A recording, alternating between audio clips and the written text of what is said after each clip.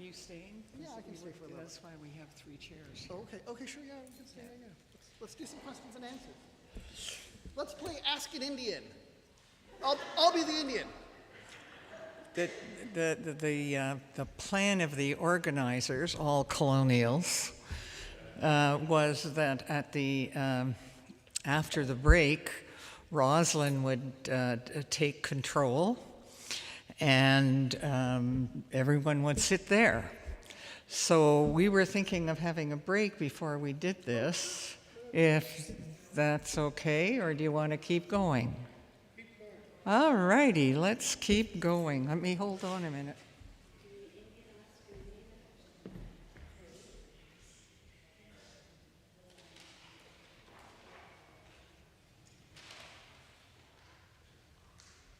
Okay. Thank you, Douglas. That was wonderful, as always. This is being broadcast live on YouTube, and will be available on www.theredeemer.ca probably by next week. And it will also be in the weekly Indigenous News Digest. A sample of the event pages from this week's Wind are at the back. It's published every second week, and what we're going to do is send out the next Wind, which will be filled with Indigenous Month's activities. And if you want to, write me back, and we'll put you on the permanent mailing list. Rosalind Ganyakdan.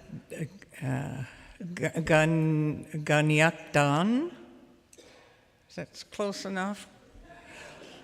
I don't know why. This is terrible. I speak languages, but this, I have to hear it, I guess.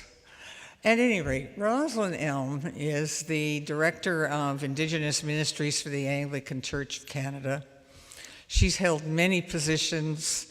Please, with all 3 speakers, feel free to Google. I'm not up here to tell you all about them. Rosalind is going to make some comments, and then she's going to take the 2 Douglases and sit over here and have a conversation and answer questions. We have mics. Please use the mics. That's not only for the speakers, but also for Morgan at the back and the YouTube audience. So Rosalind, thank you so much for coming.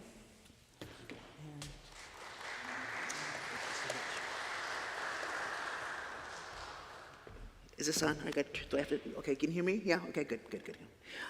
Instead of me summarizing before, I'm going to ask Doug to come up to answer questions before a summary and when we close out for the song. Okay. Thank you, Pamela. Thank you again, Pamela. And don't worry about that. About like I said, that's not my thing. It's not my bag to talk about titles and whatnot. But my name, Gun Luck Dun, it's hard to say. But I think of this: Gun Luck Dun, right? Gun Luck Dun. That's okay. I just want to say before we begin with the question, with the question and answer period, if you have any questions as well about the Indigenous Ministries of the Anglican Church of Canada and how we are addressing some of these issues as well, please feel free to ask those questions, and then we'll close out at the end. I don't want to miss any salient points that. I want to say that Doug's, that's probably so inappropriate to say that, but for Indigenous Watchdog provided us with so many salient points of data collection in Truth and Reconciliation. I have used that site so many times in my work. You will use that site as well. Please, I don't want to miss any of those points. I also don't want to miss any points of Doug's speech on, oh my gosh, land ownership. and to the idea of real estate and conveyancing law, just kind of closing in our imaginations, our reconciliation imaginations, our justice imaginations. So I don't want to miss any of that as well. So we're going to ask questions. So please, questions. First question is an Indian after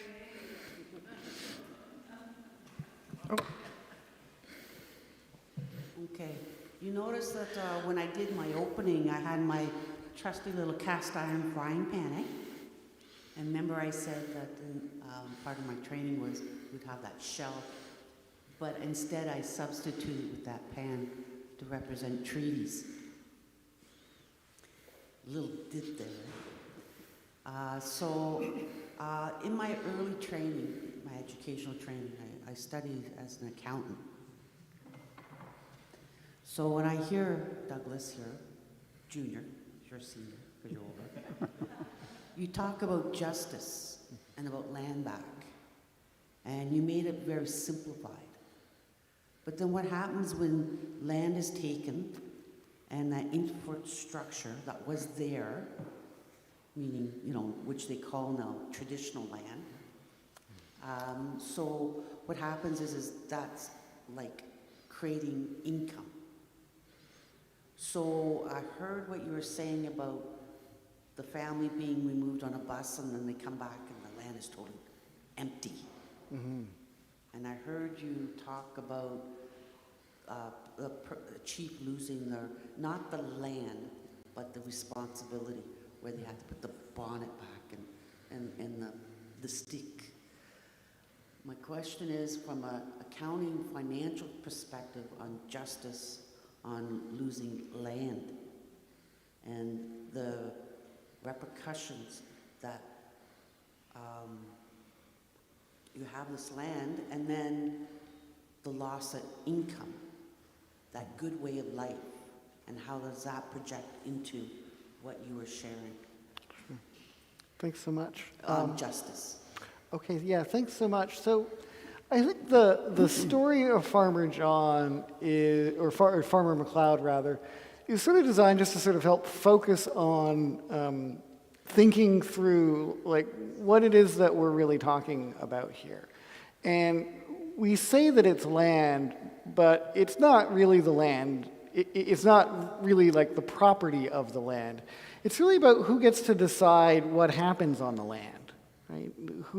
And so I think when land was taken from Indigenous peoples, right, like what we really lost there was not just access to the land, but all of the capacities that the land provided our people, right? All of the wealth that goes along with it. And so I think that when we think about land as property, we run into this problem of what do we do with people who are already there? What do we do with settlers who are already there? And, it's satisfying to say, well, we kick them off. But there's a political reality to thinking about these problems, and I think it's important for us to be able to find a way to think about these issues that is satisfying to us in that it achieves some result of justice, but is also sensitive to the current present-day realities. And so that's why I would like us to try and focus not on land as a place that you can go, but rather of land as a place over which you get to determine what happens. And with that model in mind, I think it's easier to think about what do we do with our settler neighbors, right? How do we respect the entitlements that they have earned and deserved? It's true that I think settlers all across the country are enriched by past transactions. And so, that's just to say that I think all across the country, we have to realize that, this isn't going to be free, right? That there actually will be a cost, and that cost will be imposed in the price of higher taxes. I think that's just, the pie is only so big, and we have to make it bigger if we want to cut bigger pieces. So I think that justice thinking about these things from a justice perspective rather than just from a property perspective allows us the analytical tools to think about solutions that are otherwise sort of not available to us. And so when First Nations people have the governing authority over lands, they also would have the governing authority over what gets extracted from the lands and at what price. And also be able to actually articulate and do something about the duties that they owe to the land. And I think that's really part of the major loss of Indigenous peoples not being present on the land. It's not just a loss to them, it's a loss to the land itself, right? Like, I think that Indigenous nations understand that there's not like an environment, there's just a world and it's all interconnected. And we as human beings, I think most Indigenous peoples would agree with the notion that we are not like the other animal and plant beings. There is something different about us. We have the capacity to reason. We have the ability to see history. We have the ability to think way into the future. And with that comes a certain responsibility. Responsibility to the land, to take care of it in ways that the other animal beings can't do. And so I think that it's not just, I think, the wealth that comes into the communities, it's the way the communities flow that wealth out back onto the land. That is something that is missing and something that is becoming increasingly urgent in this time of rapid climate change, that rethinking about those responsibilities and allowing the people who know how to work on that land to provide them the capacity to do that again. It is, in the end, in all of our best interests, because we all drink the same water, we all breathe the same air, and so returning the authority to do good things on the land will actually pay off for all of us, I think. Oh, no, I'm choking. Hi, Douglas. I'm not sure I have this right, but didn't Mark Carney say he was going to build an oil pipeline across the north? And did he? And if so, what are the odds of that happening? He can't take forever doing that, right? And there's a few people in the way, and land claims, et cetera, and a lot of lawyers.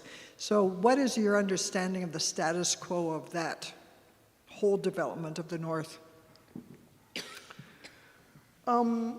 So I'm not familiar with the plan. I don't think there is a plan yet. There's probably an idea about a plan. So it's been my experience that Indian nations say no to things because they're not really able to say yes in important ways. And that is that in not giving Indians a veto over things that happens in their territory, of course means they're going to say no. Right? They're going to not want that development. I think that once Indigenous people are in a position where they can say yes or no, they will say yes because their communities can benefit from some of those projects.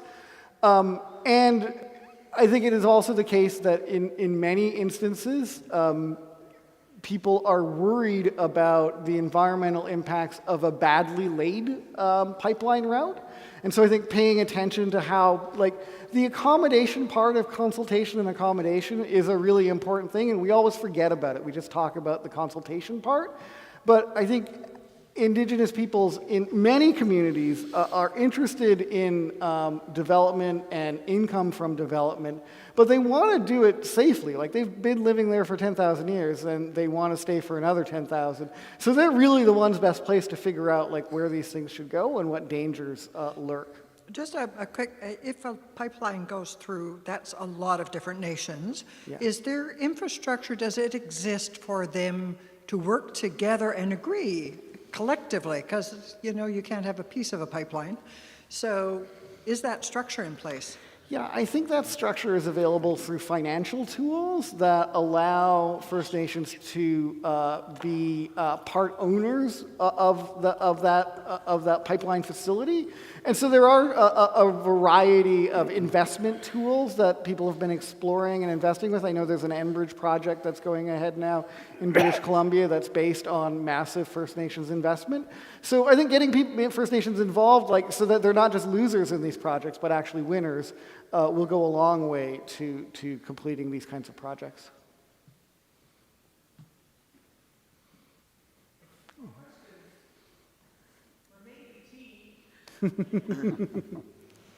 Please. If I understood Professor Sanderson correctly,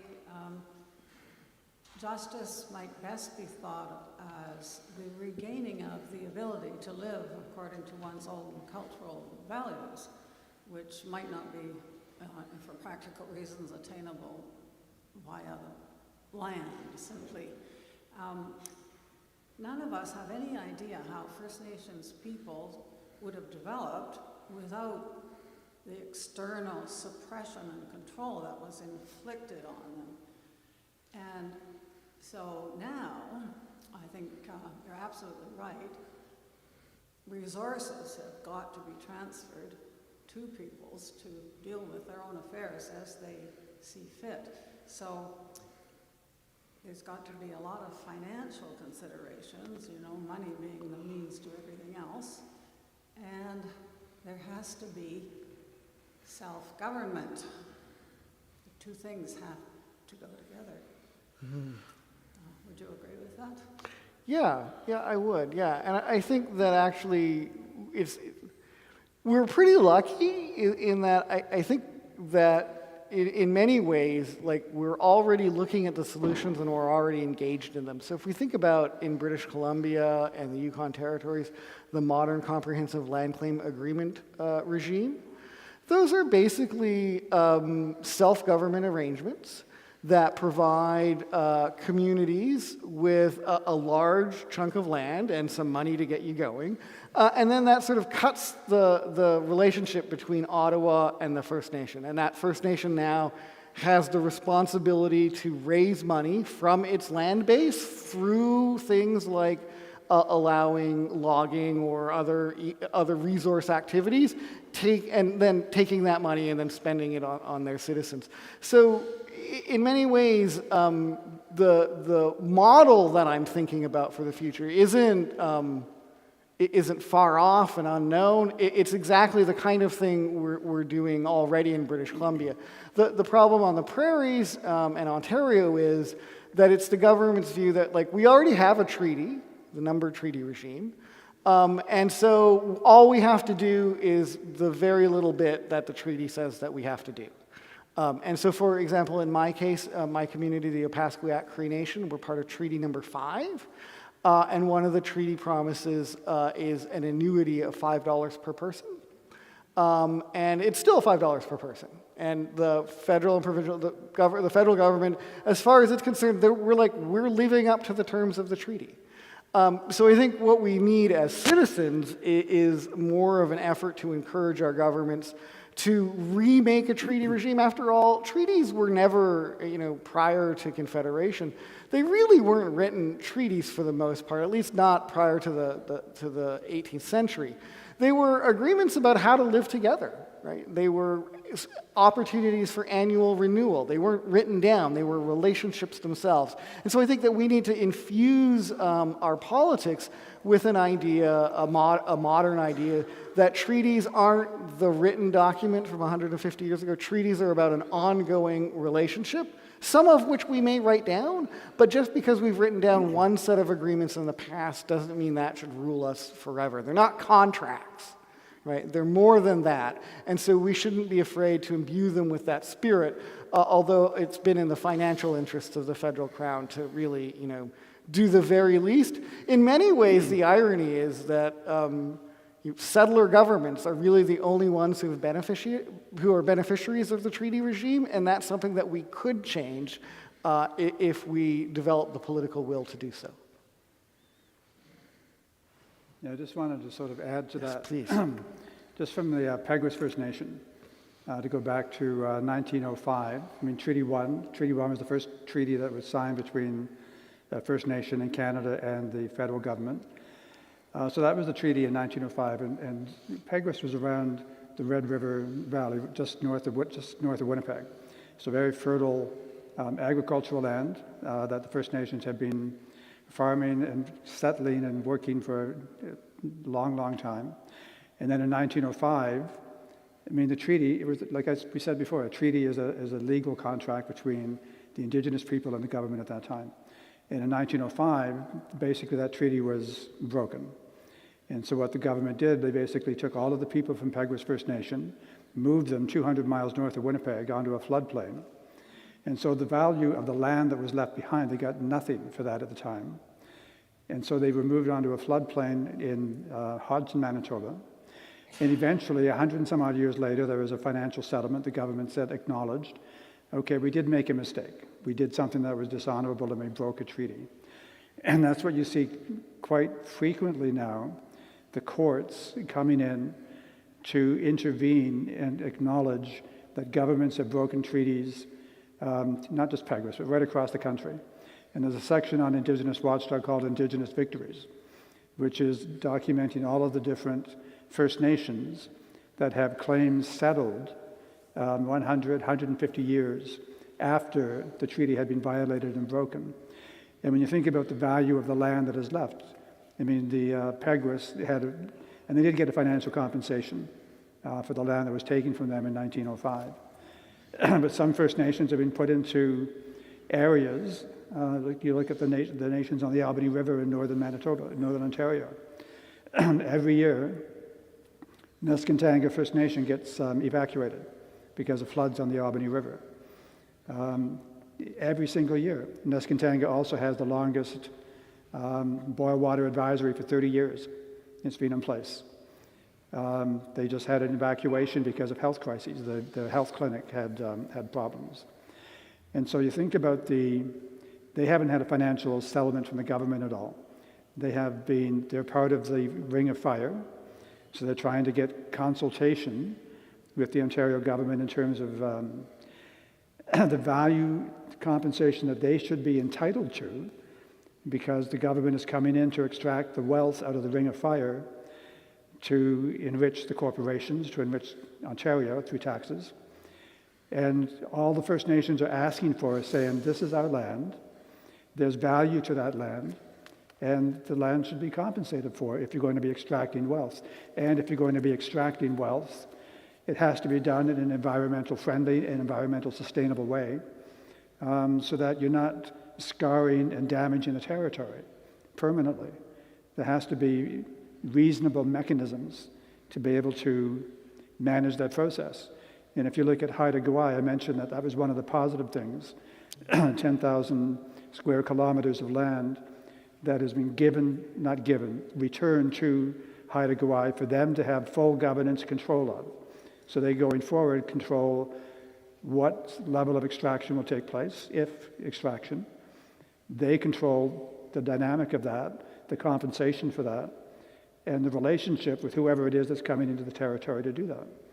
At the same time, when that was happening, the Conservative government in BC was spreading all disinformation and misinformation, and that property owners were going to lose their title to their land, that it was just a land grab on part of the BC government and the Indigenous people in BC, which we see over and over again in Canada and the States and globally, is the epidemic of disinformation and misinformation designed just to get in the way of just settlements, to move the bar forward in terms of making it more equitable relationships between the First Nations involved and the governments.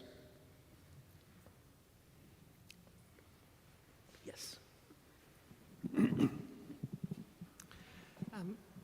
First, I want to thank both of our speakers for just excellent help to me today. I wasn't aware of Watchdog, and I'm really grateful to have been informed. But my question actually is to Douglas Sanderson. I just find this switch from property to territory so helpful. But I'm also thinking about the legacy that isn't just about the theft of land or the failure to maintain the treaties from a land point of view, but from the cultural robbery, the theft of culture and the theft of sovereignty in that way. And so it's so, you do such a, it's so helpful to me when you come up with these nifty little stories like the MacLeods. So what I want is, what's the MacLeod's equivalent story about cultural theft? how do we redress the injustice done, not on a territorial level, but on that kind of cultural sovereignty level? Thank you for asking. I mean, it seems to me like that's sort of the paradigmatic example of it's not up to us to fix it. Like, we don't need to figure that out. What we need to do is to figure out how we can resource those communities so that that's something that they can do themselves, right? We sort of need to get out of the way, more or less.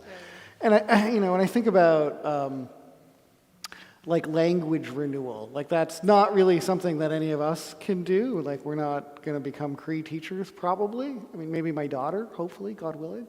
But that's the sort of, like, we need to put in place or be able to provide the resources so that communities can put in place the kind of education that will allow language to flourish within their communities. And that's going to vary from community to community. And so I think that trusting communities to make the right decisions about their own cultural resources is the right way to think about those problems, and stop imagining that the solutions can come from us in the South. They really have to come from the communities in the North.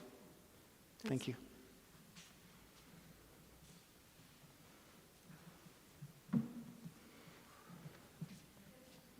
It's a race.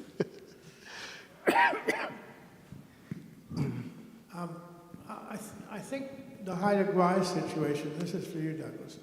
The Haida Gwaii situation came out of nowhere, and suddenly, they're given what every Indian band would like: total control over their own fate, and they're given self-government, right?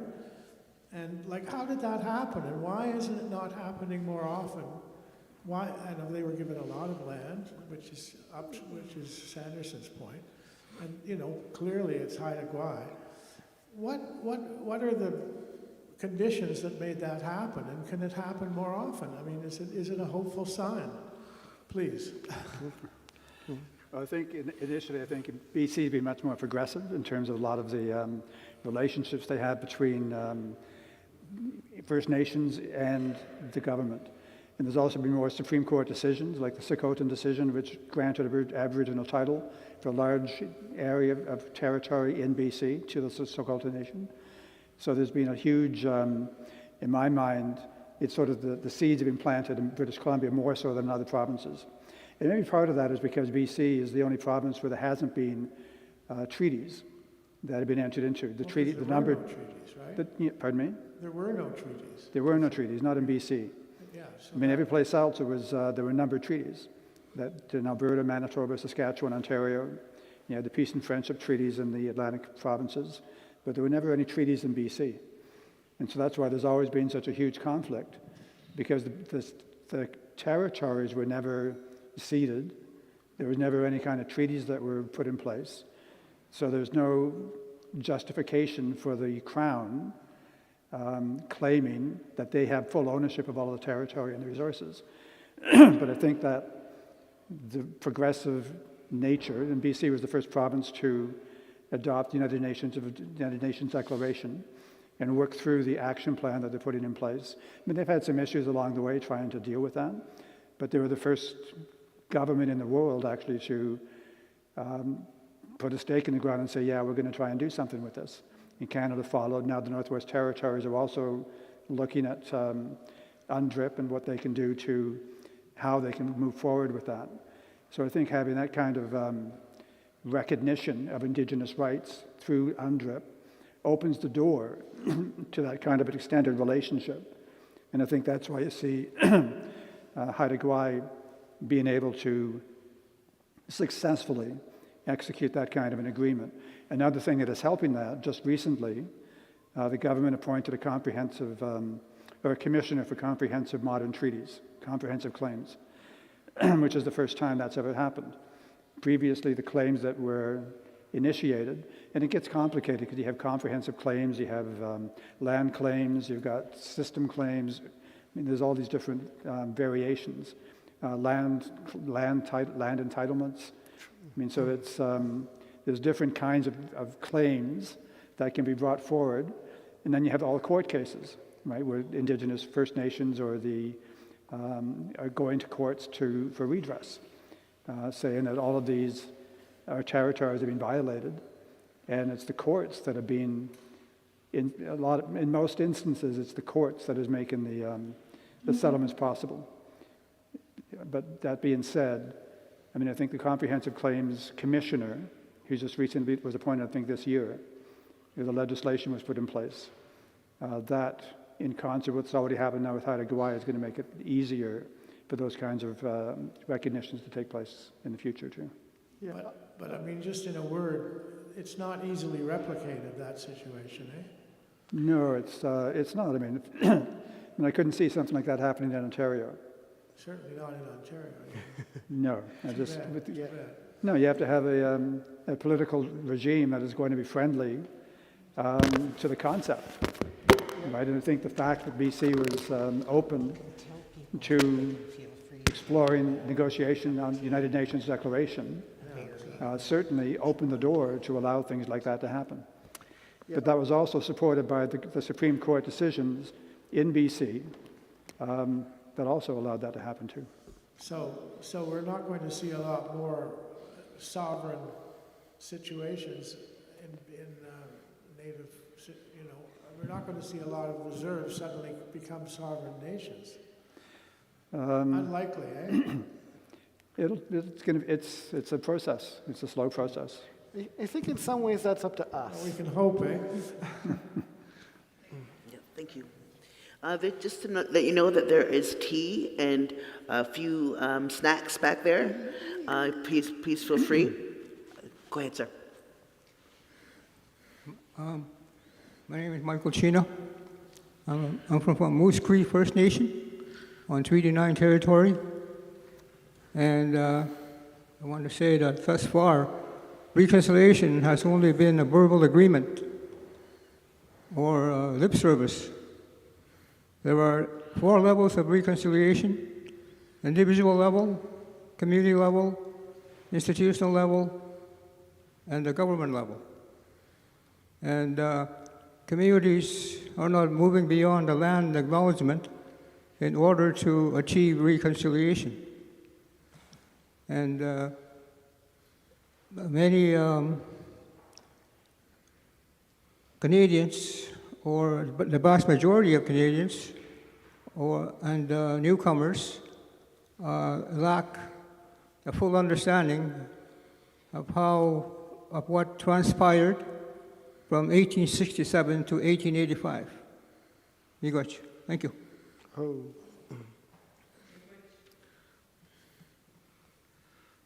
Hi, my name is Dawn, and I am part of the Indigenous Solidarity Working Group here at Redeemer. I really want to thank you to both Douglases for your talk today. I learned a lot, and I have heard, Douglas Anderson, your ideas before, which I'm very excited about. But my question is, I'm just a little person in a little church. I'm a doer. What can I do?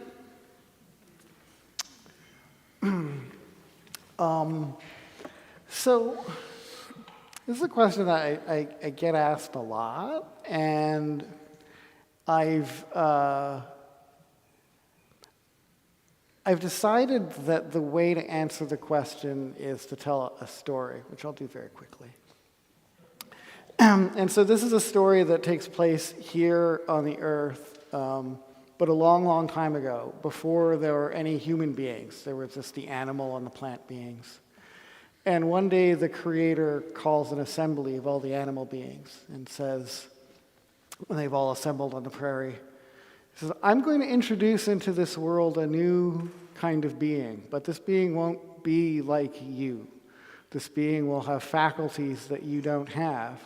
But this being will also not be born with the kind of instincts that you have, that you'll literally have to teach them everything so they can survive. You will literally have to sacrifice your flesh for them to eat and your fur to keep them warm in winter. But I am going to give these beings a special gift, and that's the knowledge of truth and justice. But you can't just give a gift like that. People won't appreciate it. So I want to put it somewhere, so they have to work to find it, but I don't know where to put the gift. And that's why I've asked you all here today, animal beings. And one by one, they put up their paws and their hooves and their wings, and they offer their solutions. Bison says, "Give it to me, and I'll run it across the prairies." And Creator says, thank you, Bison, but these beings are going to spread out. And hours later, Salmon says, "Give it to me, and I'll take it across the seas." And Creator says, "These people will spread far and wide across all the lands and across all the seas. That's not going to work either." And sometime later, Crow says, "Give it to me, and I will fly it to the moon and bury it in Sister Moon herself." And Creator says, "This is hard for you to believe, but they're actually going to get there too. They're a very creative species." And so one after another, they struggle to try and find where they should put the gift. And finally, just before daybreak, little Mole puts up his hand and little paw, and Creator says, "Mole, where do you think we should put the gift?" And Mole says, "Creator, put the gift inside of them so that each of them will have access to the secret of truth and justice, but each of them will have to go on a journey within to find that knowledge."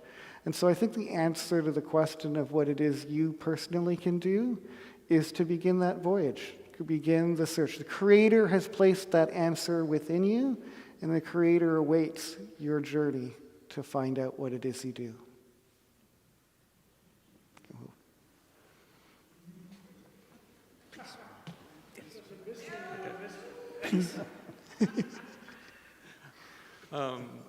Just recently, Canada elected a new government, got a new Prime Minister, Carney, and he put out a mandate a couple days ago. And he mentioned Indigenous peoples. I'm going to read them all. "We will work in true partnership with provinces, territories, and Indigenous peoples." Second one. "The new government will continue the vital work of advancing reconciliation with Indigenous peoples." Done. Okay. So the reason I went and looked that up, I was just kind of surprised that in the list of not started that we hadn't even had a box ticked of I should have marked it, that the Prime Minister gives a status report on Indigenous peoples. And I was like, even if it's a crappy report, can't you tick that box even? So where it gets to is we've got a new government, we've got a new Prime Minister. Is there hope somewhere? Is there something that's a low-hanging fruit still there to be grabbed? Should he give a report whether or not the National Council of Reconciliation has operationalized its mandate? Can we get some of these things that haven't started going by the new government, and is there hope for that? Well, I would hope that that there be more progress done at a quicker level with a lot of this stuff. And it's encouraging that if you look at Mark Carney and the cabinet that he's put in place, he has 3 Indigenous cabinet ministers, which is the first time in Canadian history that there's been that many. So you have you also have the 2 previous ministers for the Crown and Northern Relations and Indigenous Services. They're still in cabinet. There's also the minister that's for Crown and Indigenous Relations is from the Northwest Territories, which has 50% Indigenous population. So you have 6 members of cabinet that have a wealth of knowledge about Indigenous relations and Indigenous issues. So you would have to think that with that level of voices at the cabinet table, that would help to accelerate some of these calls to action, because some of them they are low-hanging fruit. There's no reason why they couldn't be implemented a lot faster. Like there's one about amending the Physical Sports Activity Act, right? Why on earth is that taking, or the Citizens Guide for New Citizens, right? They've been saying for 6 years it's in process. I mean, that should be a no-brainer. They had a draft resolution for a Citizens Guide 5 years ago. So that, I mean, there is low-hanging fruit that they could very easily implement. And I think that, I mean, I have more confidence in Carney now. I think that he's got, certainly with the representation that he's put into cabinet, I think he's got his eyes on the ball in terms of being aware of Indigenous issues.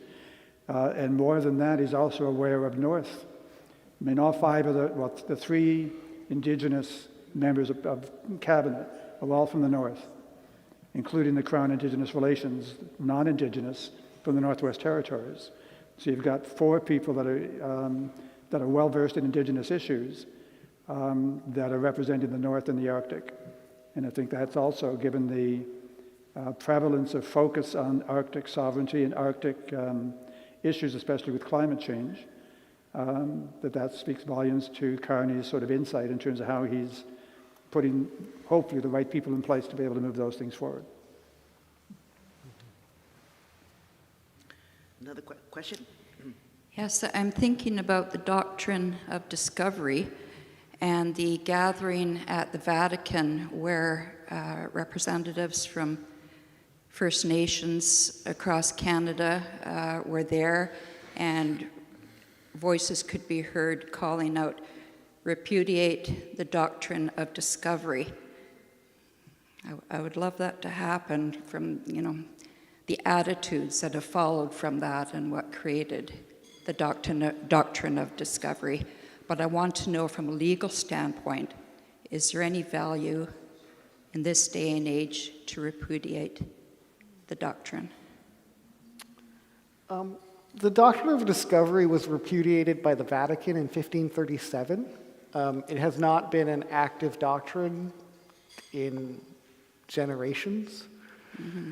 The phrase, the doctrine of discovery, does not appear as a phrase anywhere in the English language before 1823, when it is first used and invented by Justice John Marshall. Prior to that, literally no one believed in the doctrine of discovery. I mean, the British were Protestants. What do they care what the Catholic Pope says, right? Like, the doctrine of discovery has been used as this explanation for history. But it, in fact, never formed any part of our history. I cannot find a single document where the author says, I wasn't going to do this thing, but because of the doctrine of discovery, I did. Like, it just literally never informed any actions. Mm-hmm. After 1837, it became an explanation for what happened in the prior regime, but that's not actually what happened in the prior regime. Literally nobody who arrived in North America thought that they could take Indian lands.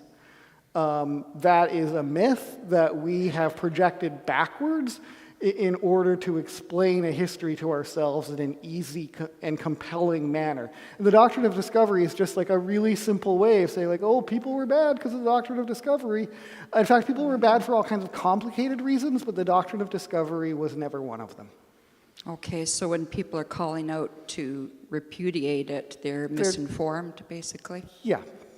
Yeah, okay. Yeah. It turns out, like, a lot of everything we think we know about history between indigenous and settler peoples is actually incorrect. And so the doctrine of discovery, the idea of terra nullius or res nullius, again, they don't appear in a textbook before the 19th century. They're ideas that we have projected backwards to explain prior actions in an easy way, but they don't actually form part of the historical record. Interesting, thank you. No trouble. I know we're getting low on time here. I'm wondering if, I always think private property and individual rights is part of the settler colonialist world. Is there any movement forward with the idea of, I like the idea of territories or land masses being given the rights of an individual, the way some rivers are being given individual rights, the way that corporations were given the rights of an individual. So in law, is that possible for land masses to be given rights to be seen as an individual? Do you want to? I think probably the most example of that is the Mi'kmaq fishery, the moderate living fishery in Atlantic Canada, which is based on a decision from the court, the Donald Marshall case, where he went out and did some fishing for moderate fishing. And that was his treaty right. And the Supreme Court agreed, yes, you have First Nations and Métis people have treaty rights to hunt in their territory or to fish as in Atlantic Canada. And you see in papers over the past few years, there's been this battle between commercial fishery and the moderate living fishery that the Mi'kmaq have been exercising. And it's just constantly going on because there hasn't been, I guess there's a battle between the Department of Fisheries, who believe that for conservation efforts that it should be under their jurisdiction, and the Mi'kmaq have their own indigenous legal way and environmental way of doing a sustainable fishery, and so they have their own fishing plans. I mean, some of those First Nations Mi'kmaq in Nova Scotia and PEI will operate under the government fishery plan. A number of them will not because they still want to exercise their moderate living fishing capabilities, which is what their individual rights are as Indigenous people by treaty, recognized by the Supreme Court. I'm not too sure if there's other, I guess, examples in other provinces when it comes to like moose hunting or caribou hunting, because the treaty rights of people, especially in the north, is that they are allowed to go and hunt for sustainability. That's their food security. And food insecurity is a huge issue in the north. And so having that treaty right to be able to go out individually, and they still have instances, I think it was in Manitoba just recently, there was some moose hunters that were arrested or they were charged with, actually the chief of the Métis Federation in Manitoba was charged with illegally hunting moose, which was eventually withdrawn. But I mean, again, by treaty, individuals have the right to go out and hunt for sustainability for food. But again, that's the humans with their rights. I'm wondering, is this fanciful thinking about rivers that are being given the right of... that in New Zealand there is a river that has been granted personality, legal personality, and so there's a committee of Maori and non-Maori people who operate on behalf of the river to provide input and decision-making, or input to decision-making about things that affect the river. Yeah. That has not actually happened in Canada yet, and people think that it's hard to understand how we would even do that. But I teach property law, and there is buried very deeply within property law, common law, property law doctrine, is this idea that land has a kind of personality of its own, that one of the things that we look for when we ask about easements or other sort of interest in land is we ask, does it make the land better off as land? Not better off for the owner of the land, but for the land as land. So there's because the common law is based in very, very ancient English traditions, and so there is this thread of this idea that land has a personality, that it has an understanding of itself, that I think can probably be brought out to fruition in a broader discussion, though at present it's a much buried idea. We talk about the Magna Carta as this basis for our rights, but it's not really. The Magna Carta was a list of rights that lords had relative to the king. What we had was something called the Forest Charter. And the Forest Charter provided all kinds of use and access rights to individual citizens as against the kings and the lords. And it's within that Forest Charter that comes the idea of the land having an agency on its own. And so I would like it if we learned more and taught more about the Forest Charter, because that should be the basis of how we understand our relationship to the land relative to other authorities. Well, and even the way that... Even the way that NAFTA #1 commodified water as a good, not a non-renewable resource. Two more questions. I wanted to say a little something about what we can do, somebody asked. Douglas Sanderson is, of course, right that the kingdom of peace and reconciliation is within us. But right now in Ontario, the provincial government is about to bring forward an act that has real potential for violating Indigenous rights. And it's all about, we've got to have this rapid development. People can inform themselves, write to the Premier, write to the appropriate minister, write to the newspapers. You can do something. Yes. Thank you so much. And thank you so much for saying that. Because the reality is these are political problems. These are not legal problems. And politics is about us, right? It's about making our voices heard. Now, I've worked in politics, and I can assure you 100%, no politician is sitting there going, what should I do today? I know, I'll fix that Indian thing. They're not going to say that until we're demanding it. And when they hear us demanding it, they will ask the civil service to develop some options.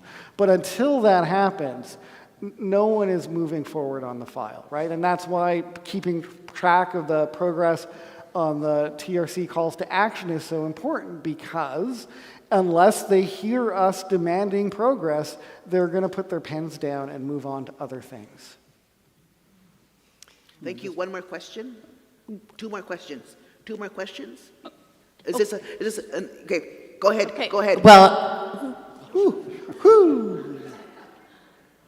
very quickly, I just want to say amen to what was just said. So, yes, I love your story. Let's all look within and figure out, what the Creator has in mind for each of us. But it's so easy to pick up the phone, and it's easy to find out, the Prime Minister's phone number, the Premier's phone number, make a 1-minute call and say what you're passionate about. Same thing with your members of Parliament or MPPs, and it's like a free little postcard to Mr. Carney, right? So if every one of us did that, once a week, a phone call, a postcard, whatever, it's astonishing what we can do. Think of the lobbyists. They're in Ottawa all the time meeting with these people. They know how important those connections are, and we can do it too. We're not unempowered people. And it's postage free to mail your member of Parliament. Just pop it in the mail and it'll get there without a stamp. A comment and a question. I'm Jo. I'm part of the Indigenous Solidarity Working Committee as well, and I want to thank Sandra and Rosalind and Douglas. I think, like many of us here, our brains are like this big right now with ideas and thoughts. I know that what we've emphasized today is a lot about learning truth, and I know personally I learned more truth than I had before. And we're working towards reconciliation. But I want to echo what a few people have said. I think that what happens is that there becomes a burning in each of us to try to do more, to bring about justice. And so I guess my question would be from, all three of you, if there was, I hear that we need to find our path of what we do. We need to advocate. And we don't want to, it's not up to settlers. We want to listen to what Indigenous people want, but we want to help. We want to support the movement. Again, a lot of ideas going around in my brain, but I would love to hear from all three of you if you had one wish for something that you would like us to support. What would that be? And we have a lot of the material at the tables. I hope you all take those. And as we learned from Douglas Sinclair, which are the areas that are stuck and are moving in that? And then kind of a broader picture that Douglas Sanderson, you were bringing forward about that territory idea and about letting Indigenous people decide what to do. So just backing away, I'd just love to hear from all three of you, maybe just something that would be your hope and wish that would come about from this so that we're really working towards action on top of the learning of truth. So, thank you. So there's an old joke, and it goes like this. To First Nations people, a treaty is a marriage. And to the Crown, it's a divorce. right? And I think that's like a fundamental thing, that if I could change one thing, it would be to reorient how we think about what a treaty is, so that we think about it as the basis for a relationship, not as like the outline of a contract.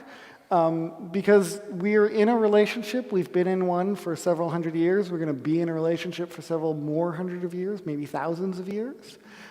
It would be really, really helpful, I think, if we understood that keeping that relationship alive and making it a good relationship. The old expression for the Haudenosaunee Confederacy used to be that the covenant chain needs annual polishing, right? This idea that we would come together every year to talk about our relationship, what we could do differently, what we've done that was wrong, how do we apologize for that, how do we acknowledge our mistakes, rather than thinking of treaties as this, divorce document that outlines all of our responsibilities, to finally see that our responsibilities are to one another, not to a piece of paper.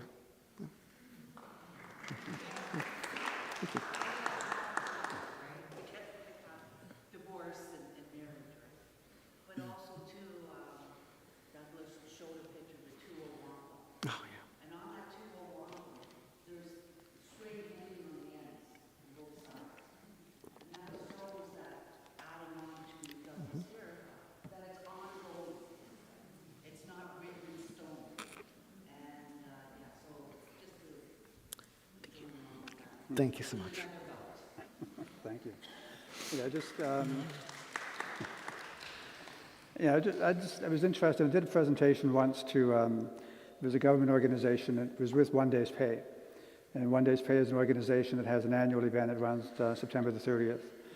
And it's, in the presentation is around giving in a very practical sense. And the one slide that sticks out is that of all of the fundraising and charities and monies that get donated in Canada, less than 1% goes to Indigenous organizations. And you think of, in Toronto alone, there's probably 8 or 9 Indigenous organizations. Native Child and Family Services is one that I was involved with for 15 years. There's NAMARES, which is another. There's a whole pile of them. Anyway, and that's just in Toronto. I mean, all across the country, there are Indigenous organizations that are struggling to keep the lights on, to get money just to pay staff, to just keep going. And especially now with all of the issues that you've seen highlighted today, Indigenous organizations that are doing work to try to further things and improve the lives of Indigenous people can use all the help that they can get. So my suggestion would be to donate to any of the First Nations organizations, Métis, Inuit.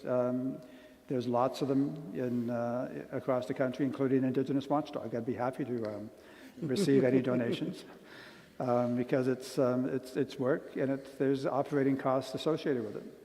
And it's hard to come by, especially in today when you look at what's going on with the economy. There's not as much money to go around.